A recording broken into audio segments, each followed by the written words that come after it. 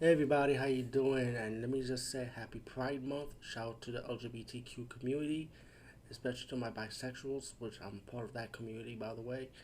So with that being Pride Month, I'm glad I'm talking about this movie. And I caught this movie on Tubi TV. I wanted to check some horror films out, maybe I never seen before. But I came across this movie from Tubi, and they be having a lot of good stuff, especially when it comes to not just horror but also drama. And this is one of them, and it's called Romeo and Isabella. Of course, it's based on it's their version of Romeo and Juliet, like the ghetto version, I would say that the street version. Let's put it like that.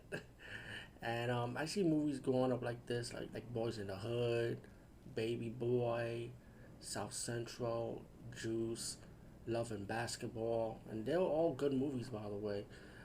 This one is more like amateurish, like independent filmmaking. Of course, you can tell from the camera work, how it looks and stuff, and the acting. I mean, the acting wasn't bad until we get. Well, let me say that part. Well, what I think of the movie is I did enjoy it to a certain level, and the movie is about this transgender woman who cannot focus because she have problems with her ex-man, and when her coworkers tell her to go on vacation, and she's staying with a friend. She's still down, and one of her friends said, "Hey, let's go clubbing." And then you get to another side of the story with these two guys. They're gangsters, protecting their block from a rival gangster. And then the lead gangster, um, Parker, the drug dealer guy, meets up with this transgender woman, and he knows that she's transgender, so he's kind of pursuing her because he really likes her. And as the movie progresses, you start following like their love story a little bit from the two, how they kind of developed that, how he really likes her, and then why he was kind of scared, and and later on it kind of develops pretty much a little bit slowly. But movie do extend with their side of the story a little bit, so you go to see the Parker side of it and the transgender woman side, Isabella. I mean not Park. Excuse me, not Parker. I mean Romeo. My fault. Romeo. I'm sorry. Romeo, who's the male love interest for Isabella, who's the lead drug dealer. Excuse me. I apologize.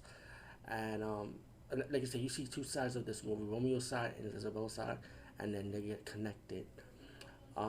There's a lot of drama with this movie, especially by the female best friend of Isabella. Let's just say she becomes a real asshole later towards the end of the movie. Like I said, I did enjoy the movie because the acting wasn't bad, the editing wasn't bad.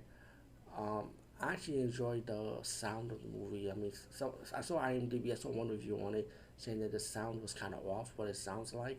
But I thought the sound was good in my opinion. I did enjoy the editing. Now, once we get to the aftermath and spoiler, I'm not gonna get too much details because I don't want to ruin it for you guys and gals. But I feel like the end part of the movie, even though of course we see Romeo and Juliet, of course Romeo and Isabella will end like in the same sad fate also. But I felt like that scene got kind of cheesy, a little campy in my opinion.